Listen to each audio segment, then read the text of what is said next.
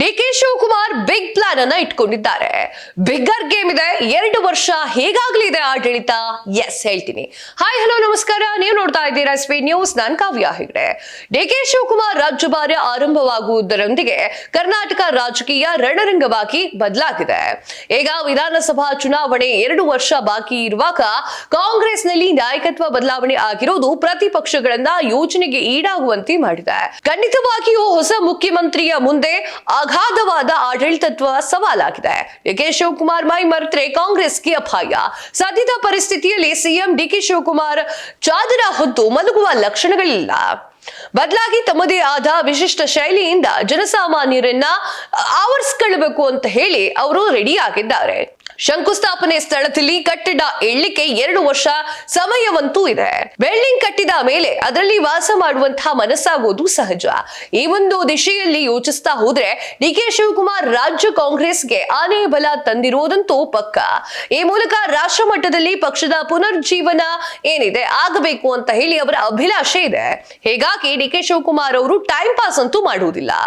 ರಾಜಕಾರಣ ಅಖಾಡದಲ್ಲಿ ಹೇಳಿ ಕೇಳಿ ಡಿಕೆ ಶಿವಕುಮಾರ್ ಮೊದಲೇ ಫೈಟರ್ ಮತ್ತು ಶಾರ್ಪ್ ಶೂಟರ್. ಸಿದ್ದರಾಮಯ್ಯ ಅವರಂತೆ ಸಾಮಾಜಿಕ ಸಮೀಕರಣದ ಸೂತ್ರ ಇವರಲ್ಲಿದೆ.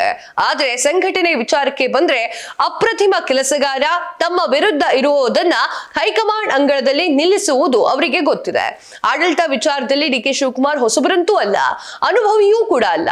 ಆಡಳಿತ ಯಂತ್ರಗಳನ್ನ ಹೇಗೆ ಭಾಗಿಸಬೇಕು ಅನ್ನೋದನ್ನ ಕಲ್ತ್ಕೊಂಡೇ ಬಂದಿದ್ದಾರೆ. ಅಧಿಕಾರವನ್ನ ಪಳಗಿಸುವಂತಹ ಕಲೆಯನ್ನ ಬಲ್ಲವರು. ಆದ್ದರಿಂದ ನೂತನ ಮುಖ್ಯಮಂತ್ರಿ ಅವರಿಗೆ ಆಡಳಿತ ವರ್ಣಮಾಲೆಯನ್ನ ಯಾರು ಕೂಡ ಹೇಳ್ಕೊಡುವಂತಹ ಅಗತ್ಯ ಇಲ್ಲ. ಹೊಸ ಮುಖ್ಯಮಂತ್ರಿ ಅಧಿಕಾರ ವಹಿಸಿಕೊಂಡಾಗ ಅವರ ಮುಂದಿನ ಟಾಸ್ಕ್ ಗಳ ಪಟ್ಟಿ ಮಾಡ್ಕೊಳ್ಳೋದಂತೂ ಸತ್ಯ. ಕಬ್ಬಿಣದ ಕಡಲೆ ಅಂತಿರುವಂತಹ ಚಾಲೆಂಜ್ಗಳು ಇದಾವೆ, ಅದನ್ನು ಕೂಡ ಸಲೀಸಾಗಿ ಮುಗಿಸ್ತಾರೆ. ವಾಸ್ತವಿಕವಾಗಿ ಡಿಕೆ ಶಿವಕುಮಾರ್ ಅವರಿಗೆ ಅಗ್ನಿ ಪರೀಕ್ಷೆ ಇದೆ. ಅದನ್ನ ದಾಟದೆ ಅವರು ಮುಂದೆ ಹೋಗ್ಲಿಕ್ಕೆ ಸಾಧ್ಯವೇ ಇಲ್ಲ.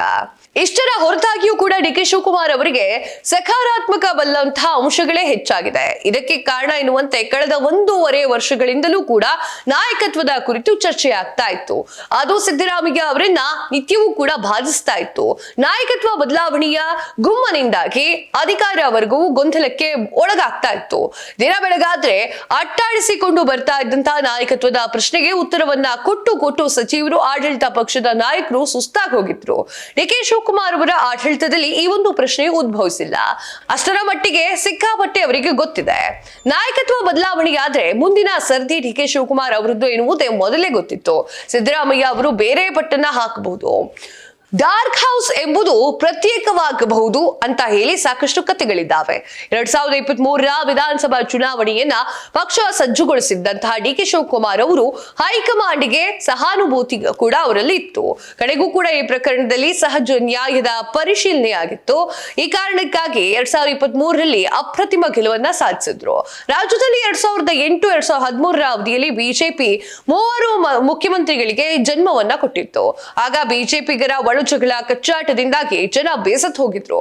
2019-2023ರ ಅವಧಿಯಲ್ಲಿ ಬಿಜೆಪಿಯಲ್ಲಿ 2 ಸಿಎಂಗಳಾದ್ರೂ ಆಗ್ಲೂ ಕೂಡ ಪಕ್ಷದಲ್ಲಿ ಘರ್ಷಣೆ ಇತ್ತು. ಜೊತೆಗೆ ಹೈಕಮಾಂಡ್ನ ತರಹೇವಾರಿ ಪ್ರಯೋಗಗಳು ಕೂಡ ಇತ್ತು. ಡಿಕೆ ಶಿವಕುಮಾರ್ ನೇತೃತ್ವದ ಕಾಂಗ್ರೆಸ್ ಸರ್ಕಾರದಲ್ಲಿ ಇಂತಹ ವೈಪರ್ಯಾಸಗಳು ಕಾಣಿಸ್ತಾ ಇಲ್ಲ.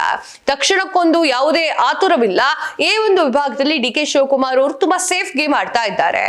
2028ರ ಒಂದು ಚುನಾವಣೆಗೆ ಡಿಕೆ ಶಿವಕುಮಾರ್ ಅವರು ಸಿದ್ಧತೆಯನ್ನ ಮಾಡಿಕೊಂಡಿದ್ದಾರೆ. ಡಿಕೆ ಶಿವಕುಮಾರ್ ಅವರು ದೇವರನ್ನೂ ಕೂಡ ನೆನೀತಾರೆ, ದೇವರಿಗೂ ಕೂಡ ಪೂಜೆ ಪುನಸ್ಕಾರಗಳನ್ನು ಮಾಡ್ತಾರೆ. ಅದರಿಂದ ಸಾಕಷ್ಟು ಬಿಜೆಪಿಯ ಓಟ್ ಡಿಕೆ ಶಿವಕುಮಾರ್ ಅಂತ ಹೋಗುತ್ತೆ.